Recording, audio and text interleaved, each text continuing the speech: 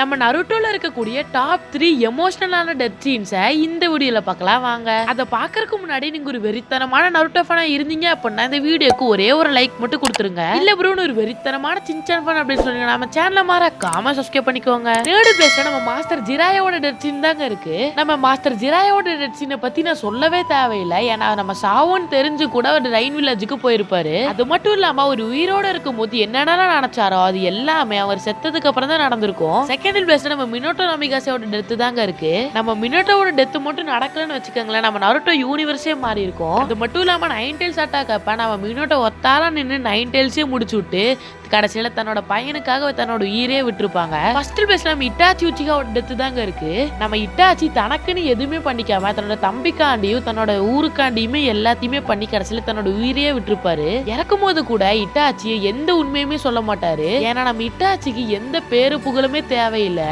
நான் வேற யாரையாச்சும் மிஸ் பண்ணியிருந்தேன்னா கமெண்ட் செக்ஷன்ல சொல்லுங்க, பார்ட் 2ல போடுறேன். உங்களை அடுத்த நல்ல வீடியோல பாக்குறேன். பாய்.